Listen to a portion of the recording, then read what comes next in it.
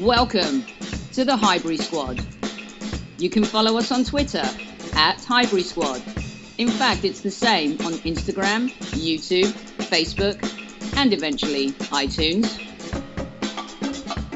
Join me, Sophie, aka at Soccer Diva, Amanda, aka at Gooner Girl 1969, and our very special guest, Super Kevin Campbell. It's just like being down the pub with your mates. Welcome to another Highbury Squad, where I am pretty sure every single Gooner on the show today will be very happy. We do have a very special guest on the show as well, who isn't particularly happy, but you'll hear from her in just a little bit. She's a Chelsea fan. In the meantime, there's no better way to kick off the show than saying hello to my podcast brother and sister, Kevin Campbell and Amanda. Hello, Gooners. Hello. Welcome back, Soph. We've missed you. I've had to partner with him. So thank you for coming back. Well, you know, every now and again, put in the odd appearance. Super Kev, how you doing? I'm fantastic. Thank you very much, Sophie. All right, awesome. Well, let's kick off. We had a fantastic result over the weekend, and our very special guest today actually said, as soon as she came on, she said, I can't believe that I've agreed to do a podcast with a bunch of Arsenal folks on a Monday after that defeat over the weekend. She has covered football for many, many years. We've spoken to a lot of great women in the game. She has done a bunch of stuff on Sky Sports. Worked for Real Madrid TV, covered the European Championships, World Cups, has worked for ESPN here in the US as well. She can currently be heard on TalkSport Radio, BBC 5 Live, and she's part of the Premier League's global channel. Please welcome broadcast journalist and football presenter and Chelsea fan to the show, Alison Bender. Hello, guys. Hey, do you know, I have a bit of form doing this because when I was at the World Cup, I agreed to do an interview after the Croatia game. I was a bit cocky, I think, because I thought that we were going to win. And then I lined up a bunch of interviews. And then the next day I woke up and I just felt so glum because I had to go and speak about how England were out of the World Cup. And I've done it again. So, do you know, though, I love the fact there's a lot of girls involved in this podcast. And, you know, the feminist in me is like, yes, girl power. Let's do a girl podcast. And I listened to your one after your result against West Ham. Everyone was pretty glum after that one. So I reckon this is going to be quite different. It's definitely going to be just a little bit different. And we promise we won't get too cocky. That's for sure, especially with our season. So let's get stuck into the game. And first I want to I don't know if you were at the game, Alison. Amanda and Kevin were at the Emirates on Saturday. A contrasting performance. And we'll start with Super Kev, the striker, and getting that player perspective right away. Kev, a performance against West Ham that was woeful and nobody wanted to talk about, and a contrasting performance against Chelsea. What was the difference? Everything was really on the front foot. It was great to see Aubameyang and Lacazette play as a two up top, supported brilliantly by Aaron Ramsey in the hole. They were on the front foot from the off, and they were really pressuring Chelsea high and wouldn't let them out, wouldn't let them get away with it. Chelsea couldn't play the longer ball, obviously, to Hazard because he doesn't have the size. So that was a chance for Arsenal to really tee off on them. And let's be honest, it should have been over in 25 minutes. So Arsenal were awesome, especially in the first 45 minutes. You know, Amanda, when I was on with Adam Catterall on TalkSport last week, I said to him that if Hazard played in that role up front, it would be advantage Arsenal big time. It feels like Chelsea are less effective when he's in that role. They don't have that out-and-out striker. It's an area that could end up costing them top four. Do you think being there, was that the difference? Or do you think the biggest difference was the job Ramsey did on Jorginho and suffocating that midfield from your point of view? I think going back to West Ham, I was at West Ham. I do feel like our team is bipolar. I cannot believe it's the same team. Although, to be fair, the three of us did predict a win. I went 3-1, you went 3-2, and Kev was 2-1. So, Kev, you were very close this week. I had no fears all week, and I don't know why. I just felt that they would 5:30 under the lights, Saturday evening, we're going to go for it. And it's the 3 Ps for me. It was pressed, it was pressured, and it was precision. And we deserved everything that we got. We should have scored more. Kevin's right. It should have been over. Aubameyang needs to take more of his chances. As I keep saying every pod, he reminds me of Andy Cole. 10 chances to get 2 goals. But anyway, we'll go on to something else. I think Ramsey is going to be one of the biggest losses. I do not understand why he's going. To every game, I think to myself, why? Why is he going? I think every player earned their wages on Saturday. For me, man of the match was Koscielny, without any shadow of a doubt. Unbelievable. Socrates, whatever you say his name is, Socrates, was again, near on man of the match as well. I felt we wanted it, and as Kev said, the minute we kicked off, that was it. It was all us. It was the best 45 minutes I've seen, even better than Spurs, if I'm honest. I would agree with Amanda. I think that was our most complete professional performance, and I think the clean sheet has a lot to do with that. And Alison, we bring you in, obviously, from the Chelsea perspective and seeing how opposing fans view Arsenal.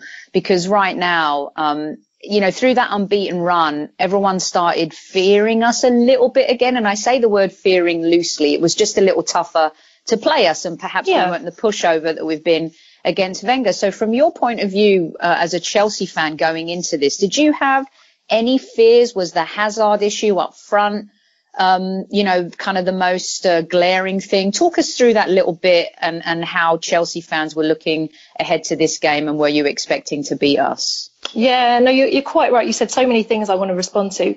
Speaking about your 3 Ps, I think our 3 Ps were poor, pathetic, and there's one word that I don't even want to say. To be fair, I think the Hazard thing's frustrating all Chelsea fans because we can see it and we don't really understand why the manager can see it. And I've spoken to a couple of Chelsea players, Rudiger and Ross Barkley, and they didn't really want to call the manager out, but they obviously feel the same way as well. And they're kind of thinking, why on earth are you playing one of the most creative and attacking players as a striker? You've got Olivier Giroud on the bench. I know he's not, you know him well, obviously. Even in the World Cup, he didn't score. Morata, really not feeling it either. But you just think surely there's something else you can do and not sort of isolating Hazard there. And then, when you read some of the stats of the game as well, and I had an interview had a whole media day down at Arsenal just before, and I had an interview with Granit Xhaka. And that was one of the questions I put to him, if Hazard plays as a false 9, does that give you, advantage Arsenal? And he pretty much said absolutely.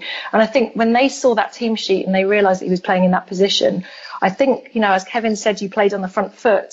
I think a lot of that would be that you can see that Chelsea are to be got at when you see, and obviously Kante playing out of position as well.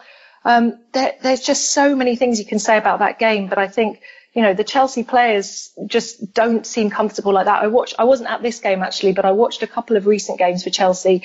I watched the Watford game and the Saints game, and pretty much the game plan seems to be just look for Eden Hazard and pass him the ball, and no one else seems to want to sort of do anything themselves. Everyone looks a bit fearful.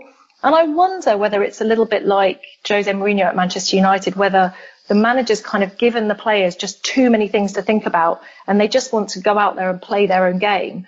And obviously when you hear the manager after the match with the comments that he made, speaking in his own language so he didn't want to be mistranslated, and saying that he feels that they've got a mentality problem, no fight. I mean, it's really worrying stuff. And, to say that your players are hard to motivate when that's your job, things are looking really bad. And just going back to what you said about your unbeaten run, you're so right, because I think over the years we've always said a little bit about Arsenal. It's not a fortress anymore, the Emirates, and people go there and they know that there aren't any leaders and all the rest of it. I mean, you've heard it all before.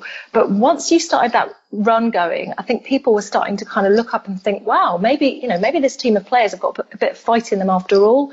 And this game really showed that. And I think it's really sort of put Arsenal on the map. And obviously the fact that it could have been a 9-point lead for Chelsea and now it's just 3 points, it's absolutely massive in that race to the top 4. Alison, I've got to jump in here. And look, I'm an Arsenal fan, but I think you're being a bit unfair on Chelsea, considering it's Sarri coming in. It's his first season, a bit like Emery. They're finding their feet in the Premier League. The way you started off the season was sensational. and winning a lot of games. You didn't lose any to start with, and you went on a run yourselves. Yeah. But the issue you guys always had was to get that striker. We just don't have a striker. Yeah, I mean, you're right, Kevin, but I probably am being a bit harsh at the moment, and it does feel like very raw at the moment after that defeat. But I think the biggest problem is that we all know, you can see it's so obvious. And I think Chelsea fans are actually pretty forgiving. I mean, we were the same with Torres when he went on a run without scoring any goals, Shevchenko as well. We do actually give strikers a little bit of time to try and settle. But I think for whatever reason, it was pretty obvious it's just not working out with Morata, and the Chelsea fans can see it. And I guess Sarri's hands are tied a bit. I mean, what can he do? There aren't too many options. But I think there's some comments actually that are about to come out from Hazard that I'd be really interested in seeing the full report. It's going to be in France. It was an interview given to France Football. And I don't know whether it was sort of said a bit tongue in cheek, but it was Hazard kind of basically saying, like, all the managers seem to have a bit of a problem with me in the fact that they want me to do more. He said, I had it with Conte, I had it with Jose Mourinho. And I don't know whether, like you say, like maybe it's a throwaway comment that he was saying about. He's going. Well, can you blame him in a way? No. I mean, when you've got a player who's probably behind Cristiano Ronaldo and Messi, and then, he's being asked to do things that he doesn't want to do, and it's not getting the best out of him. And he's such a great lad. I've interviewed him so many times, and he loves his football, and he's a nice guy. But, when it comes to your football career, your numbers, your trophies, Kevin, you want to go and win everything there is to win out there, and you can't be held back. Yeah, I personally think Eden Hazard, and I'm sure you'll agree, and I'm sure Sophie and Amanda will agree, actually, that his talent is wasted with his back to goal. Yeah. It's absolutely wasted. He needs to be on half turn, going at players. He's brilliant. Terrorising. That's when he terrorises players, isn't it? That's when, and this is where Chelsea fans are losing faith in the coach a little bit, because when you have a player like him, not so much us with Ozil, because Ozil hasn't really performed in the big games, and Hazard at times, I think, feels overrated, but that's because when he's played out of position, he's really poor. And then you question his quality. And I think that's been the biggest challenge that he's had at Chelsea, Amanda. Yeah, it is. But I just want to go back to something that you mentioned, Alison. I'm just going to swap it back to Arsenal a second, because I think our listeners would really enjoy this. Yeah, definitely. You went to meet Xhaka and Emery, didn't you? I did, yeah. And there's something I'd like to pick up on. I want you to talk to us all about what happened. But you mentioned something about Xhaka does read the social media. Is it Xhaka or Emery? Yeah, Xhaka. Can you just tell us what was, what your discussion was?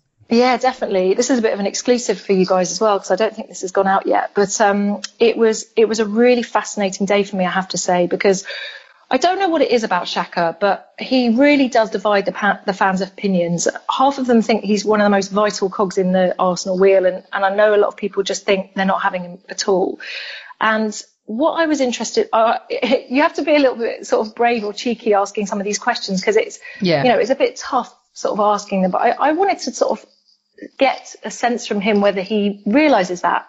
And I was just so impressed with his honesty, because he actually sort of really, really opened up, and he said, you know what, I know what fans think about me. I'd be lying if I said I didn't read the social media. And, what can I do about it? I'm a player. But one thing I can tell Arsenal fans is I absolutely try my best. I do everything. Oh. I had to bring up that terrible statistic, which is embarrassing, that, I think his mistakes have led to the most goals of any player in the Premier League, which is awkward. But he took it on the chin, and he was really, he said, he's aware of it. He said, I don't much like statistics. Of course he did. But he said that, I think he sort of alluded to the fact that one of the reasons that happens is because he's always there. He's trying his best. He's, and I think he knows he's got a long way to go, and he's got to cut out those mistakes. He knows that. But there were a few things that impressed me. For, what is he, a 26-year-old? He's had such an interesting family background. I wasn't aware of all of it, actually, and it all came out in this interview. But he spoke to me about how when his mum and dad met, they'd only been together, I think, 3 months, and his dad was taken away as a political prisoner. And he was in prison for 3.5 years. And he said his mum stood by his side, and he really opened up about the fact that he felt like his mother is such a strong woman. He said, I don't know how many women that would have done that in those circumstances. And he says that for him and his brother, that is their biggest motivation in life. And he said, whenever anything, in my life happens to me and it's hard, I always think, come on, look at what my dad did and look at what my mum did as well. I like the way he throws it back to his mother as well. And I was really taken away by the way that he spoke about it. He actually did the interview in German, so it was translated. But I could really feel the emotion. And at the end of the interview, he actually came up to me and he said, I really enjoyed doing that. And I think it's really important that people know about my background. And if you want to do some more, I'm happy to come and meet you again and we can talk further about it, which the players never said. That is phenomenal. I love that when you have that connection, or you really connect with a player in an interview, and it's not like sound bites and quick, after the game or on the sideline, when you can really sit down with players and connect with them on a human level and they trust you. And clearly Xhaka grew to trust you in that interview, Alison. So very nice job where he's starting to share, personal anecdotes. And I think sometimes that's what we forget about players, is that they are human, and Kev can attest to it. They have feelings, they get upset. Of course, they read stuff, but to know that Xhaka is reading stuff and seeing that kind of upsets me as an Arsenal fan in a way, because I've been very critical of him too, but we all know that he's a good guy. Do you feel like, from the vibe that you got from him, a couple of things? Number one, not that he's been set up to fail in some regards, but since Torreira's come, did he talk about enjoying and thriving under that partnership at all? And the second is the leadership role that Emery's kind of, trusting him to be captain at times for the club. Did he talk about any of those two things? Yeah, he did actually. I'm glad you mentioned it, because I'd forgotten about that. He said it was one of the proudest moments, actually, being one of those captains. And he says, because it shows that the manager trusts me to go out and have an influence, I think he said. And he also spoke about playing with Torreira. He said that he enjoyed the fact they played lots of games together. And he says that he likes the fact that he's a bit more, Torreira's a bit more defensive, so he can play a bit more with the ball, he was saying. He also said that he really got on with him. They have really great understanding. And he mentioned Guendouzi as well. And just, how he likes that sort of that general partnership in midfield. And it looks like they're kind of working out that balance of, obviously when one defends more than the other can, he can have a chance to attack a little bit more. But yeah, he went into quite great detail about that midfield. Okay, so that's lovely. And you know what? The reason he likes Xhaka defending is because he's not a defensive midfielder and he's really good on the ball. And I love the fact that, he's got that passion to play, and I know about his background as well. And I'm sad that he reads social media, if I'm honest, because it's not nice what is said. It's just, Alice and I've been going since mid-70s. We didn't have social media. We just had moaning in the car on the way home, sort of thing, and just makes me it must be hard. You do feel I them, don't know. you? Yeah, because I think what they have to when do they're is that young as well. Yeah, they have to take the praise and the criticism and ignore both. That's what you have to do. Can I just butt in? Sorry, because I just remembered the one thing that surprised me the most. You girls will all know it, and Kevin as well, I'm sure, because you follow them week in, week out. But I was really surprised to read that of all the players, he is the one who's played more games this season. I think he's only missed one game.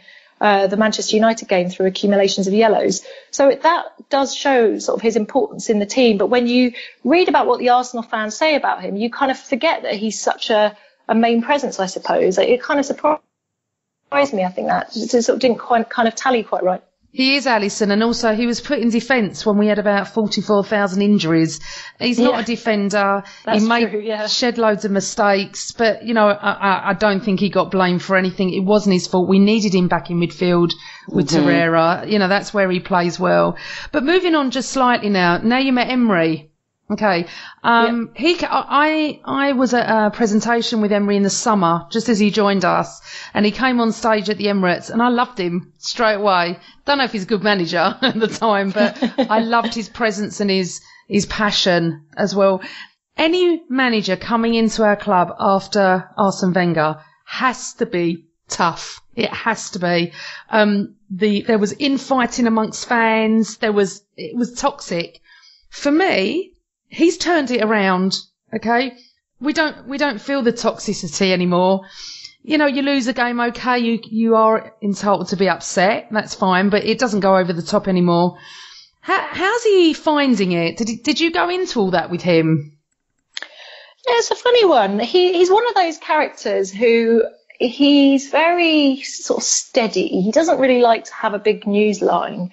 So I know that the journalists always feel a little bit disappointed when they come out of a press conference with him, just because they love a line and he just won't give it to them. He's that kind of person. I think that there's definitely been a massive change. I remember, wasn't there? I can't remember which game it was. You'll tell me. But when all the fans started singing, "We've got our Arsenal back," and there just seemed to be Pull them away. You kind of feel, yes. you feel sort of, something happening with Emery. And it's a tricky one with a foreign manager as well, because sometimes you think, well, I'd much rather you speak English because you're in our country, blah, blah, blah, and it's important. But then at the same time, you feel like you're lacking a little bit of their personality. And I've certainly felt like that along the way with so many managers. And sometimes it's actually better. In fact, I remember when I was at Chelsea TV, I had like a whole season with Carlo Ancelotti, and I always thought it was a little bit dull. And then I read his autobiography, and he's absolutely hilarious in his own language. I read a translated version, but he's a real comedian. And then I suddenly kind of got to see a different side of him. So sometimes I do think it's important if they sort of speak their own language, just so you can sort of get to have a bit of a feeling. Alison, I did ask him, go on. So I was going to say, were you not impressed, before you give us the answer to Amanda's question, with Emery saying he watches Peaky Blinders to learn his English? That's showed a bit of personality. It's one of my favourite programmes, Peaky Blinders. Yeah, exactly. It's so funny how they come out with this stuff, but those are the kind of things that you love to hear. And I always do like to ask a personal question just to kind of get a response.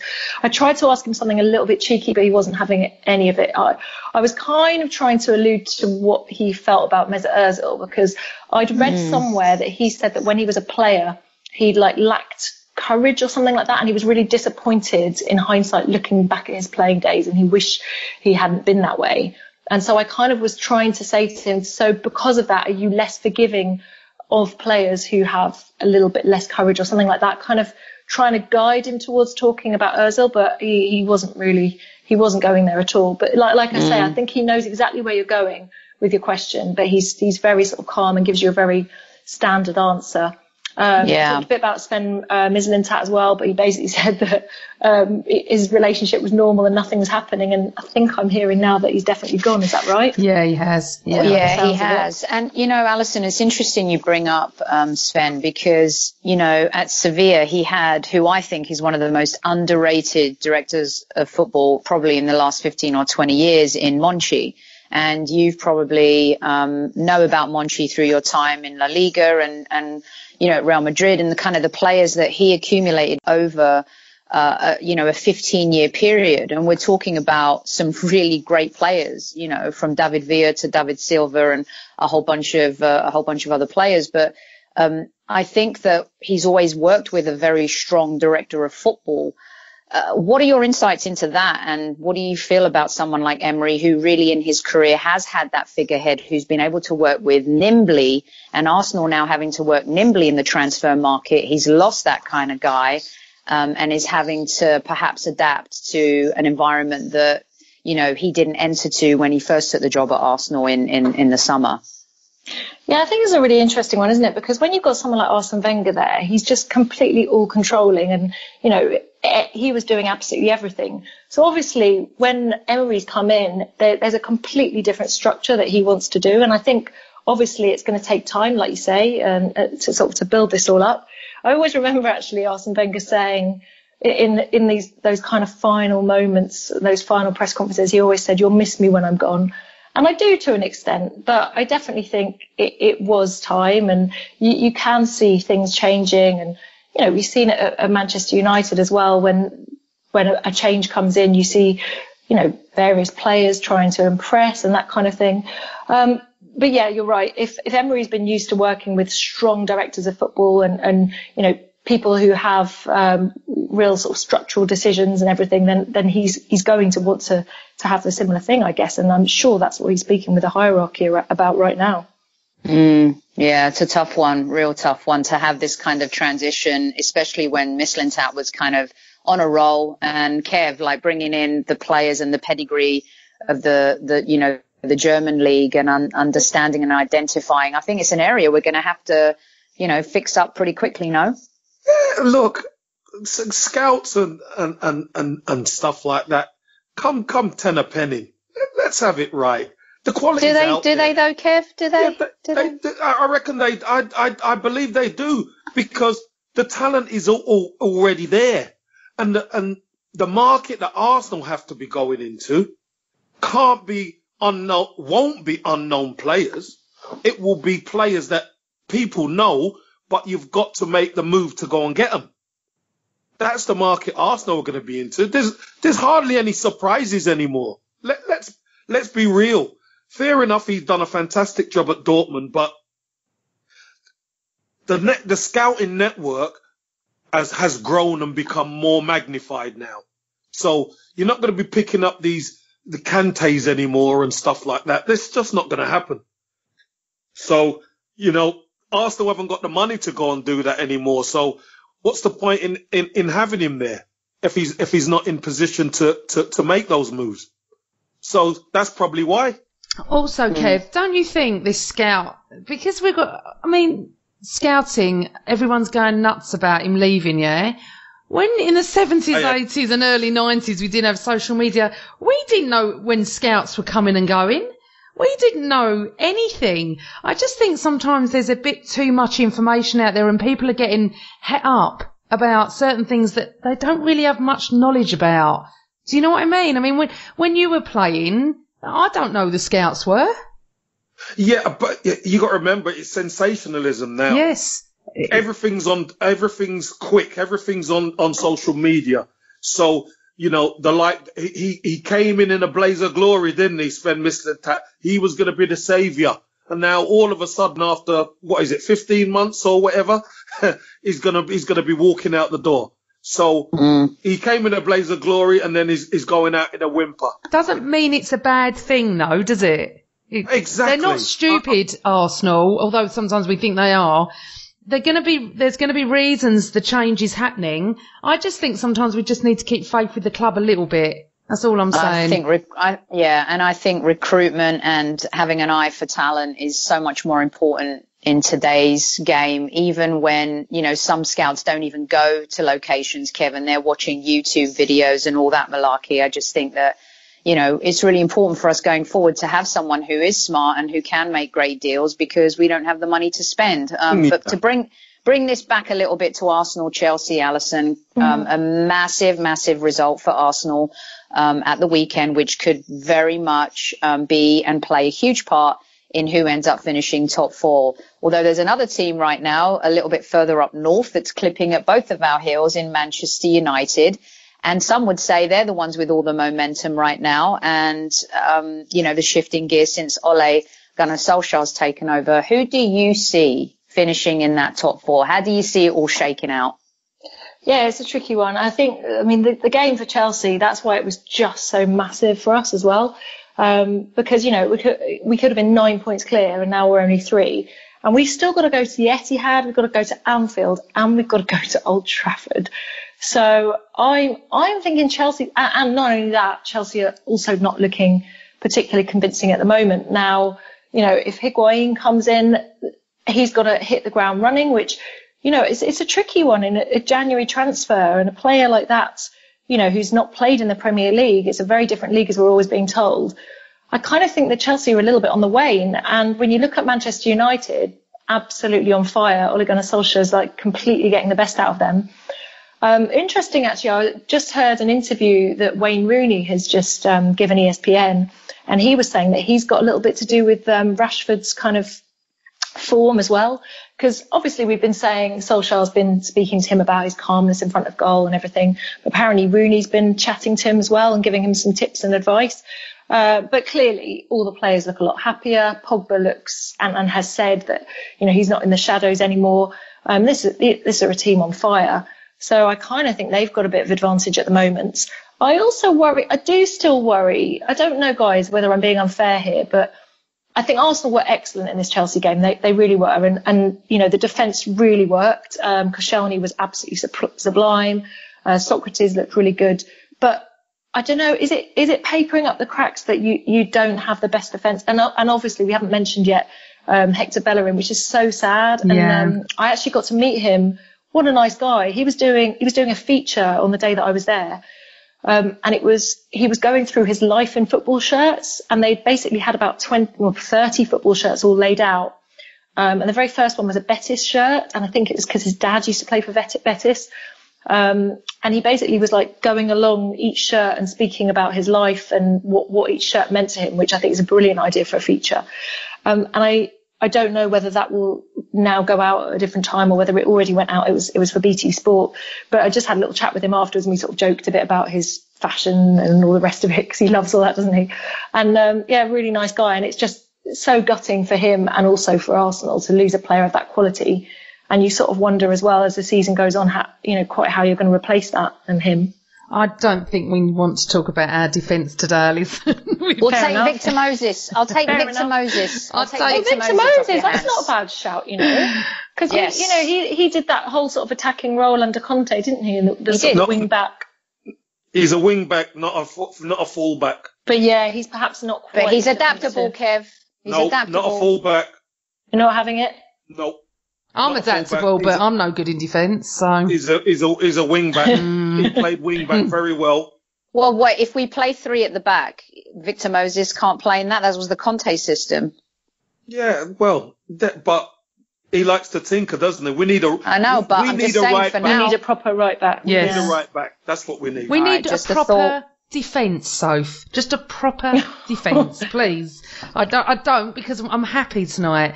But just what Alison, just talk to us, because obviously we are a female-driven pod. Sophie and I started this one last season, and Kev's joined us every game, every pod, which has been fantastic to have him here. I thought, Sophie and I have grown up with football. I used to watch Kev play, so I've been going since mid-70s, as I said. I've never experienced any sexism at football. Only the last couple of years on social media, funny enough, and I've really not taken any notice because it doesn't bother me in the slightest. I've probably been to more games than most men anyway. So yeah. I don't have an issue with it at all, and I love the fact that there are hundreds and hundreds and hundreds of women who go to games now. When I went, early 80s, as I said, late 70s, there was about 5 women I knew, and Maria, of course. Now there's, thousands, and it's brilliant. It's great. But the media, there never was anyone. It was just, and I never really thought about it. The media was very different back then. Then obviously Sky started, and then bang, it's all bloomed, isn't it? How did you get into it? How do you find it? And is there any sexism now, or was there when you started? What was it like? Do you know, it's a really weird one, because I think nowadays we like you say, we've got social media, and I think it absolutely brings out the worst in everyone. I mean, the kind of stuff that you see on social media, I'm actually fairly lucky in the fact that I don't get this horrible kind of trolling like you hear some people do. I think the thing with me is I've just never really thought about the fact that I'm a girl in football. I've just thought about the fact that I'm in football and I love it. And when I started out, like you say, there weren't many girls in the industry at all. I suppose I've been doing it since about, probably 2003, something like that. And I remember a game, I was at Real Madrid against Arsenal. I was at Highbury. And that was when you got through, I can't remember, was that quarterfinals of the Champions League? Thierry Henry scored the only goal anyway. And obviously then you went on to lose in the final to Barcelona that season. But you do get the odd kind of thing, but nothing that bothered me at all. Just like what girls are used to on a daily basis. You know what I mean? And I sort of felt like as it became more of a media thing, people started phoning me up and asking me to kind of talk on this debate of sexism in football and stuff. And I didn't really like to get caught up in it, to be honest, because I sometimes think that it can actually make a bad name for us girls. It's like, it's almost better if you just say, well, I love the game. I do this because I enjoy it. And I just sort of don't make a big deal out of it. But yeah, definitely sort of, I don't know, it's almost like nowadays, I think it's a whole lot worse, but I'm sure that's because of social media. I'm with you on that. As I said, I never experienced it. Growing up, everyone knew I went to football. Most of the people I spoke to were men. It wasn't a big deal. Even now, 20, 30 years later, there's no difference. But I do see a lot on social media of men saying, get back to the kitchen. And I have that fantastic quote, as you know, Alison, that just shuts them out in 10 seconds anyway. And And I just feel that it's. Some people still think it's funny as well. Like they actually think it's like it.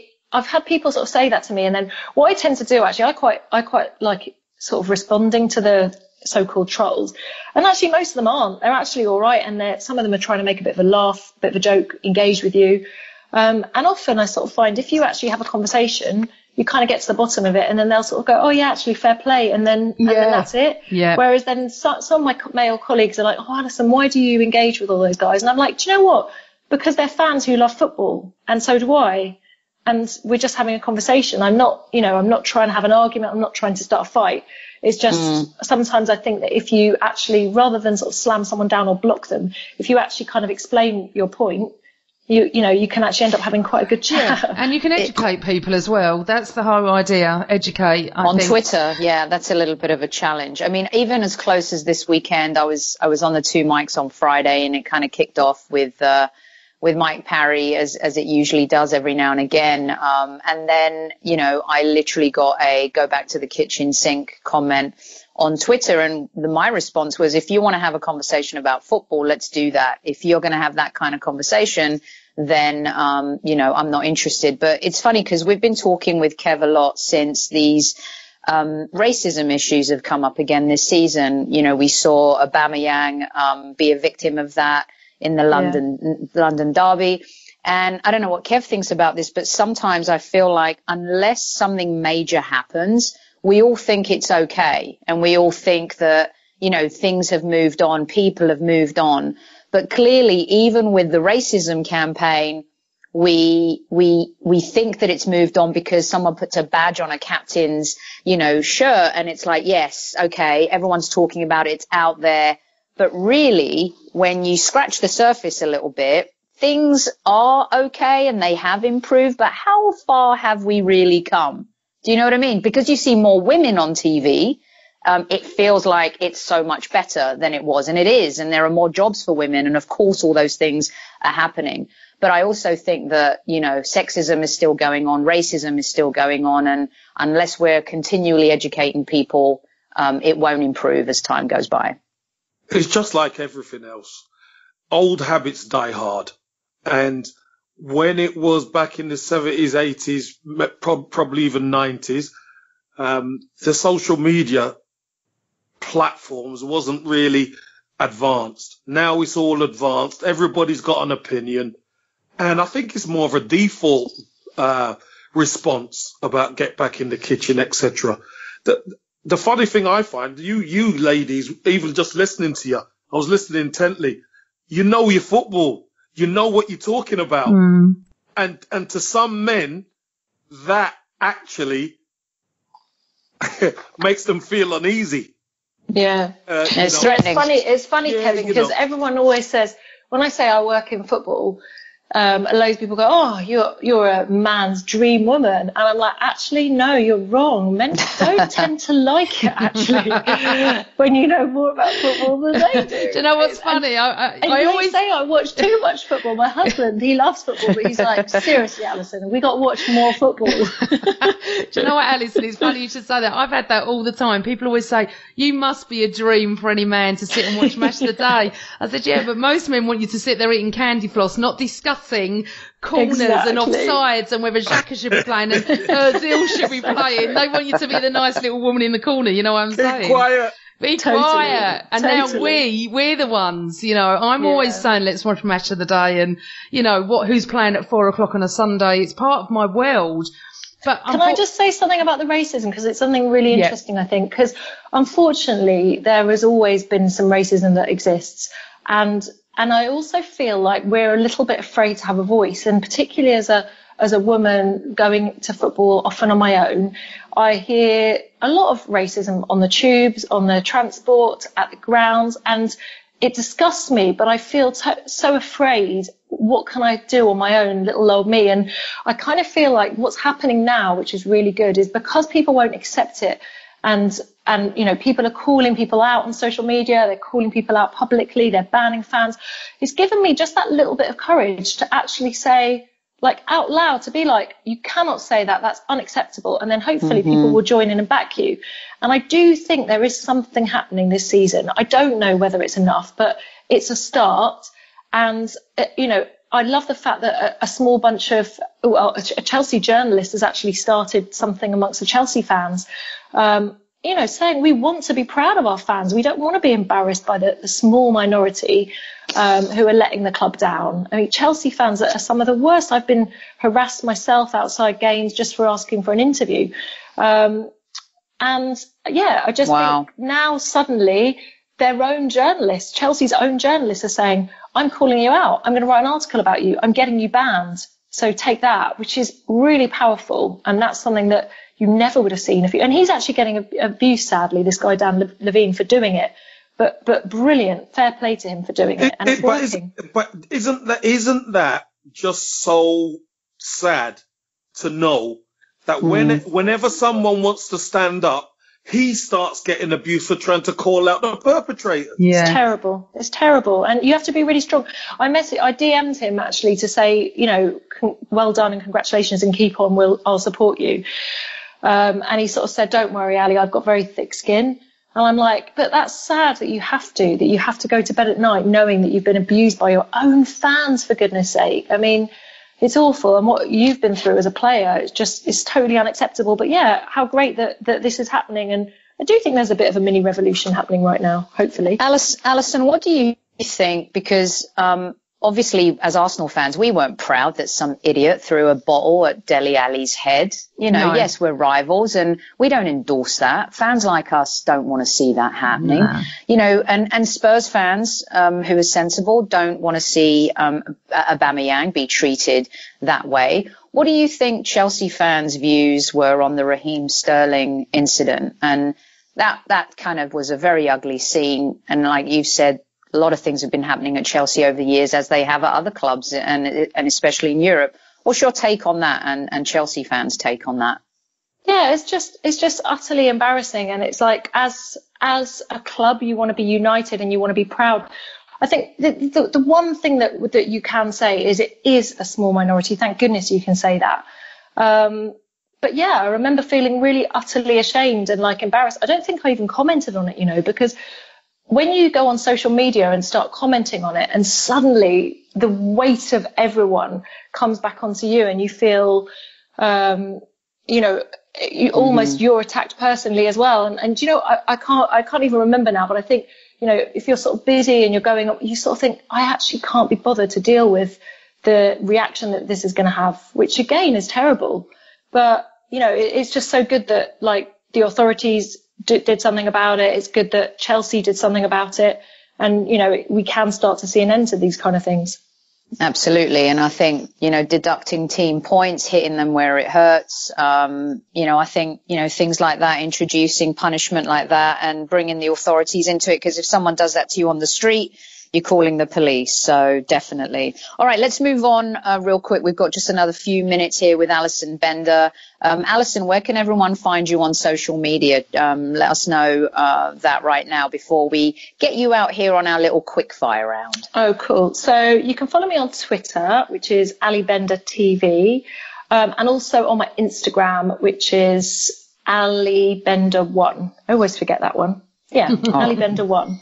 Lovely. And I'm trying to put all the interviews I do, I'm trying to actually get the quotes up as well now, which takes a little bit of extra effort because sometimes they go out, a lot of my stuff goes out globally, but I sort of think it's nice for people here in England as well to, you know, to be able to sort of see those quotes after they've gone out. So I'll be doing that, like I say, with Xhaka, with Emery and any other interviews that I do. And hopefully when I go back and speak to Xhaka again as well. Excellent. And we'll share that with all of the Gooner Nation on the Highbury Squad accounts, of course, as you know. Now, Amanda and Kevin are going to be really happy because I'm actually on location today, which means I don't have my cowbell, which they really don't like at all. And Alison, you'll probably be thankful that you don't have to listen to the cowbell. But I have some quick fire questions for you, just kind of, you know, soundbite answers. Amanda and Kev can join in as well, just to kind of get your take here. Right. Can I just say something funny? I do this every single week to footballers. and I always get them to do one word answers, but it's horrible when it's on the other foot. I'm like, oh, go on then. All right, then, here you go. Now, this one is a little bit of okay, so you interviewed Pele and you interviewed Maradona. Yeah. Who are you picking out of the two, Pele or Maradona? Oh, it's got to be Maradona, to be fair. In terms of interview or just quality of interview? Or as just, a player, because it's not human. Oh, right, I'm thinking as a player. Oh, if we're talking as a person, I had a much better interview with Pele than I did Maradona because Maradona doesn't speak English, so that's easy enough. But as a player, I'd go Maradona. And Amanda and Kev, are you Pele or Maradona? I know Pele all day long. I would be Pele because Maradona's. Yeah, I would be Pele. Funny enough. 3 World Cup wins, winning the World Cup at 17. Yeah, that's true, actually. That is true. It would be Pele for me as well. And one of the greatest World Cup teams captain that was involved was the main man, that 1970 team. I think you can properly say, can't you, Kev, a legend. Yeah. A total legend. And Kev, I interviewed the late, great Carlos Alberto when he was out here doing stuff for the New York Cosmos. Yeah. And the words he had for Pele, as you can imagine, were ridiculous. And he actually being a Brazilian, picked Messi over Ronaldo, and he wasn't a huge fan of Neymar. I'll have to tell you a little bit more about that. But anyway, this isn't turning into quickfire. Right, so that's what happens with football. You start on one thing and then you get on something else. I digress. I'm sorry. I was also, by the way, I was also lucky enough to actually see Maradona play in the flesh, but only because during the Euros he did like a little kind of fun game, and unfortunately Pele's health wasn't good enough to get involved, but that would have been brilliant to see both of them in action at the same time. God, yeah. But it's not quite the same when they're not at their peak, is it? But still, I can say I not saw at all. Okay, your best ever interview. Oh, you're going to love this one. Petr Cech. Oh, Hey, you're a bit legend. biased on that one as well, aren't He's you? the loveliest guy. Legend. Yeah. He's such a legend. And he's so funny. He comes and talks to you about all kinds of things. I've had conversations with him about chess. I've had conversations with him about cookery. He's a bit of an all-rounder, is Petr. Yeah, he speaks like 7 languages, doesn't he? He's so smart. ridiculously smart. Love Okay, him. what's more fun, working on TV in England or in the US? Oh, the US. It's so glitz and glamour. I love it. I'm not going to lie. I'm not going to lie. All right, would you prefer English football or Spanish football, seeing as you've worked for Real Madrid? Oh, do you know, I do love Spanish football. There's something grittier about English football. So I love that kind of like hard, proper football style. But there's something very exotic about Spanish football. All right, here's one for all three of you. And I think if Jose Mourinho wasn't Manchester United manager, people would be having this conversation right now. Is Marcus Rashford better than Harry Kane? No. Good question. I don't think he is. Not right now. Is it? Kev? Is Marcus Rashford's got more ability than Harry Kane. Harry Kane's a better goal scorer. Yeah, I'll go with Kevin on that one. All right. Who's going to win the league, Liverpool or City? I've said Liverpool for 4 months. Liverpool, you know. Yeah. I'm going to say Liverpool. It's their time. Kev's not going to say it out loud. Go on, Kev. City are going to win it. You watch and see. You watch. All right. Kev, you have to say that. See, so much different without the bell. You know the bell makes this so much better. Say it. Listen, can Liverpool win it? Yes, they can. Liverpool can win the league. Will they win it? I don't think they will. I think City have got the better quality in their squad. All right, Alison, if you want to endear yourself to the Arsenal nation even more, we're going to get you out on this one. Who finishes top 4, Arsenal or Chelsea? I think it's going to be Arsenal now, to be honest with you. Get in there! Well, look, you've got Aubameyang and Lacazette on fire, and who have we got to score our goals? Yeah, but hold on. What about United? You're all, Oh, well, yeah. Yeah, you know. Yeah, is there enough football to go yet? Yeah, there's a lot of football to go. I actually think United are going to finish third. I think United are going to finish third. Yeah, but he might take a bit of time to adapt, Kevin. That's the thing. He knows that system. It's the system that Sarri needs him in. Yeah. He knows the system like the back of his hand. I do have faith, by the way. I know I've said a lot of negativity, but I do have some faith in Sarri. I think he does need a bit of time. But But yeah, it's a little bit of a difficult moment. And do you know what? Predictions will make fools of us all, because it's just so hard to call, isn't it, at the moment? But it's going to be Alison, fun. we've been on a bit of a run, if we'd like to admit, ourselves, Amanda, Kev, and I've made some bold predictions that have been correct over the last few weeks. Yes. So what are you calling then? Do you have to say Arsenal because you're an Arsenal pod? No. You should hear me, Alison. Nope. I get slaughtered for saying when we're going to lose and even draw, but no, I always stand by what I say. So what's your gut then? My gut is that we will be fifth. We won't be fourth. It'll be Chelsea or United. We've got to go to the Etihad. And unfortunately, we just can't play how we did on Saturday night every game. We've got a massive game Friday night with United. Then we've got Cardiff. Then we've got City away. By then, we could be 4 or 5 points behind everybody. So look, I know I've said fifth, but I want to win the FA Cup. So that's what I'm going for. But I believe Liverpool will win it. I've said it 3 months ago. I thought Liverpool will win it. I don't think they'll Liverpool it up, as you call it, but I don't think so. Crazy. They've kind of learned by now, haven't they? They've made the mistakes. Yeah. It's interesting. There's a long way to go. I actually have a sneaky feeling it'll be City, Liverpool, United, then Tottenham, and we will both miss out on top four, and we will meet in the Europa League final, and we will win and go to the Champions League. That would be even funnier. I'll take that, Soph. Excellent. I'll Alison, come back on the pod again and we can commiserate each other. Yes. You're going to have to. By the time the season is out, you're going to have to come back on. It's been an absolute delight talking to you. Thank you so much for your insights and sharing all of your Arsenal stories with us. And we would love to have you back on again. Thank you. It's been You've great been just a dream guest, and thank you so much for coming on. Cheers, guys. Lovely talking to you, Alison. Thanks, and darling. you, Kev. Take care. Oh, thanks, Alison. Really appreciate it. Bye. Bye. Right, we've got United, haven't we, Friday night? Soph, what's your prediction? Yes. You know what, FA Cup, I fancy us. We're at home. I think they've been on a roll and they're due a loss. So I'm going to go a nice 3-1 to us. Okay. Kev? Same score, 2-1, as before. Same score, 2-1. You fancy it? Okay, I think you're going 2-1. What did you say, Soph? 3-1. I'm going 3-2 Arsenal. I think it could be one of those games, yeah. They can score. It could go either way. Yeah, it could. But I think we're going to win this. I think, again, we do very well, Emirates, in the evening with the lights and the atmosphere.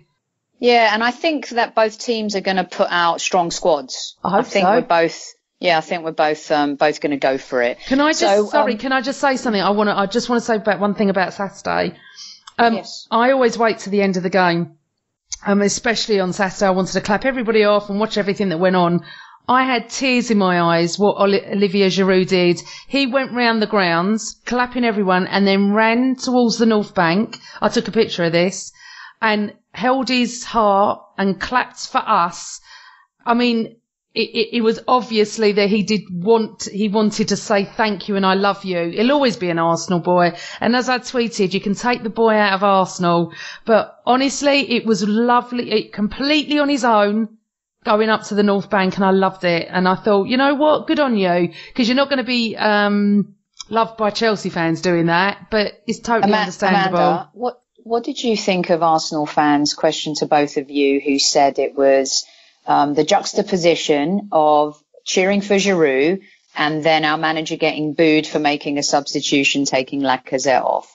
Do you think it was right for Arsenal fans to sing Giroud's name out at the top of their lungs the way they did? And what do you think about the Arsenal fans who came into criticism for that? Okay. When they started singing Giroud's name during the game, I said to my cousin, what is everyone doing? You do this after the game, not during the game. He's a Chelsea player. I don't agree with it. And everyone around me was singing, everyone. And I was like livid.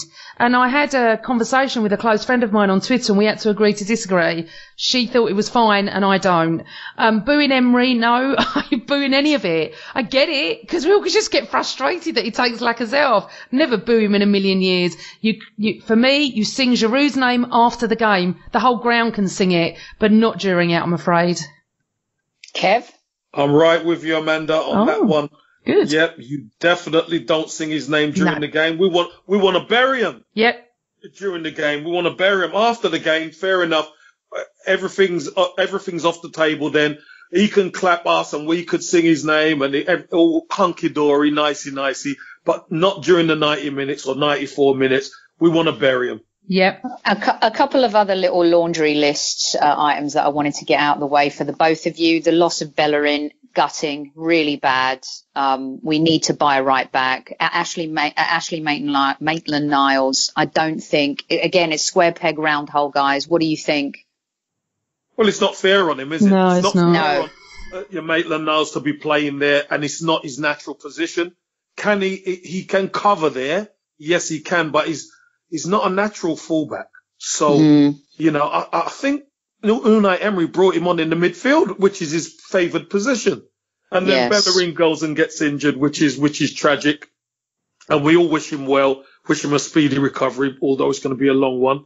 And then Maitland-Niles had to go back to right back, you know, to cover it. So I think we need a specialist now. We need to get somebody in. Lichtsteiner, I think the Premier League's a bit too high tempo for him right now. At this stage in his career. So we need to really make a move. Jenkinson can always cover there, but he's not the answer. We need to he's not. He's not. Okay, and another quick one. We can't have the week go out without mentioning this. Cech announced his retirement from football. He came up a little bit earlier in the podcast with Alison as well. What a legend of the game, not only for Chelsea, also for Arsenal, and the perfect professional, no? Yes, very much so.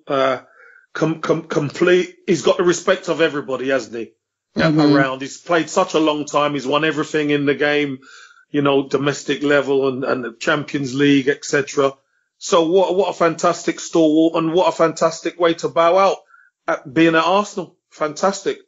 Yeah, love him. And love him. Right, Amanda, isn't he? Wouldn't you like to see him stay at the club in a nutshell? Right? He's got to stay on. He's not going to, I doubt it, but yeah, he's. You know what? He's been good for us. Go on. I've got a question. This time last week, there was murders. There was murders coming out about we don't create anything. We don't do this. We're missing Mesut Ozil. Where is all that talk gone? He's coming for you. All right. He's coming for you. I'm going to answer this. Yeah. He's coming for Kevin, you. You weren't at West Ham. I was, right? We needed him there. He should have been playing. He then brings him back into the squad and he's on the subs bench. And you don't know if he would have come on because of the injury. He had to bring on Maitland-Niles, whoever he brought on Saturday. So he had the 3 subs used. He brought on El Neni before. Yeah, but that was for different. Right. All I'm saying is, Kev, no, we didn't need him on Saturday. But there are games where we do need him and he should be playing. So don't come at me. Because if we're 0-0 on Thursday, on Friday night with 25 minutes to go, he should be playing. He should be on. And you said to me, Amanda, Kev, over the weekend, we can't perform like Chelsea week in, week out. No, because we don't have the right. No, we can't. But you're missing the point, you see, ladies. The point of the matter is, it should not even be a question. He should be in the team. He should be one of the first names on the team sheet. Not, we're going to need him somewhere down the line.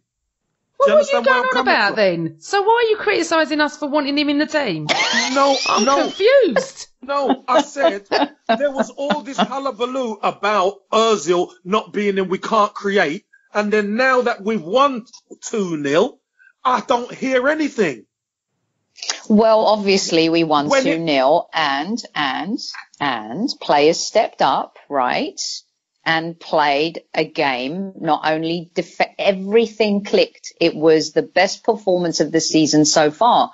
And therefore, according to Emery and his philosophy, Ozil wouldn't start in a game like this, but he was on the bench to help us if the game didn't go that way. And that was Amanda's point last week and most weeks is against West Ham, he could have made a difference. We didn't need him at the weekend. Don't fancy him. Let's have it right. Yeah. He don't fancy him. I know he doesn't fancy him, but you know what? Against West Ham, we all fancied him because he could have come on and maybe made a difference. We're not saying taken our chances, would have beaten West Ham. Well, that comes back to what Amanda says about Aubameyang. Yeah. And this is 100% correct. He needs 10 chances before he scores one. It's not just Aubameyang. Aubameyang weren't the only one who missed chances. Yeah, come on. Right, Kev, every game. He's missed more than Laka. Come on. He has. And you know what? I love Aubameyang. Sophie and I love him, but we're being sort of opinionated about this now because we're seeing this week after week, Kev. Come on. You know, I've said about Andy Cole every pod. I'm boring people with it. But I feel like it's such a shame he doesn't even take half his chances.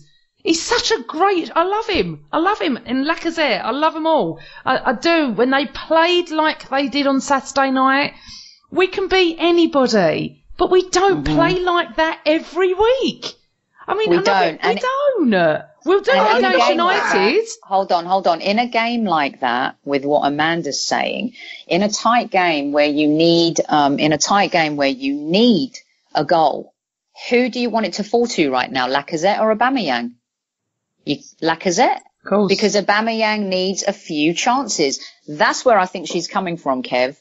I mean, you're a striker who's used to taking his chances right off the bat, Kev, but not every striker is like that, right? Look, Aubameyang's a top scorer. He is a top scorer, but he needs a few chances to get the goals. Well, there you go. He might need a few chances, but he's a top goal scorer. So, but one-on-one, if we're losing, if it's 0-0, 0-0, last minute of the game, and the chance falls to a striker. Do you know what's amazing? You're amazing, Kev. The top scorer at Arsenal is getting criticised by my colleagues on Ivory Squad. I can't believe what I'm hearing. Because he should have taken his chances at West Ham. He should have taken... What I'm saying is, Kev, I love him. Get over it. We are not criticising him in we want him out the squad. Of course we don't. He starts You're just telling me you'd rather chances fall to Lacazette. Well, yeah, but at the moment I get what Sophie's saying. I'd more all right, if you're going to say it, I've got more confidence in Lacazette in front of goal than Aubameyang. There we go.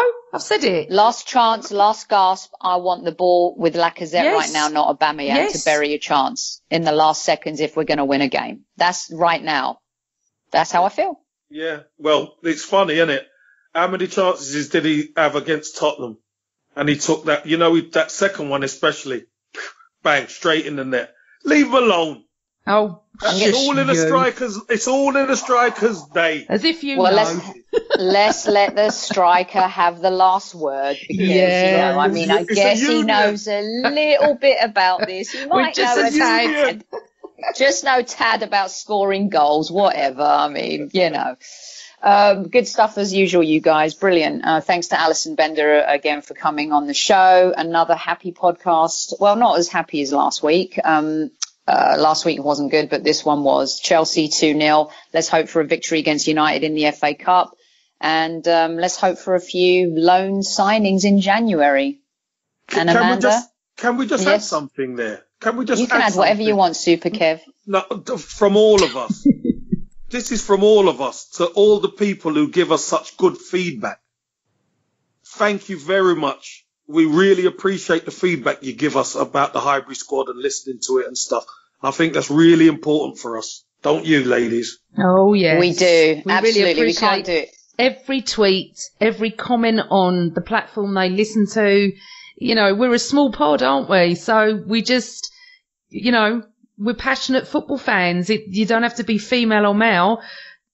Everyone's welcome to listen to this. And I just love the fact that we have Super Kev with us, even though sometimes he does talk a little bit. Now, go easy on our Super Kev. I love him. He knows that. No, it's true. Because I saw you last week. I don't have to be nice to you for a bit. It's too funny. Listen, without the people out there, and I'd like to give a shout out to Amanda, who keeps our social media ticking. And I've been very busy at work this season, and Amanda has been doing a lot of the heavy lifting. And she's amazing, and she's, just always on top of stuff. And so I just want to thank my podcast sister for taking a lot of the heavy lifting from from me this season. And Super Kev, you have been a dream, to be quite honest with you. And seeing you guys bounce and interact on Twitter with everyone, getting stuck into conversations. I mean, we've got Super Kevin Campbell, whose insights every single week give it to us from a player perspective. And I just think that provides our listeners with a unique angle that not a lot of other Gooner podcasts have. And I think it's really cool. And you give it, and you know what? Gives us out, Kev, thank you for giving us your time. Yes. I know you're a busy man and you're always available, which is fantastic. So we really appreciate that. Well, you keep me rushing, don't you? I know. Rushing around. To get on to try and get on. Because we're worth it. Sophie and I are worth it. We are. We're definitely worth it. We're definitely worth it. And I'd just like to say, before I hand it over to Amanda for the exit, today, we were talking about racism earlier. Today in the United States is Martin Luther King Day. Oh. And I can't let the day go by without acknowledging one of the greatest men to have walked this earth in terms of bravery, boldness, and just the message that he personified so many years ago that rings true in all of our ears to this day. So to Mr. King, we bow and thank you for all that you did and sacrificed. And hopefully, guys, his message continues for every generation beyond ours, and then some. Here. Well said. Yeah. Well said. Brilliant. And Amanda? Man. Yep, I'm coming. Always Arsenal!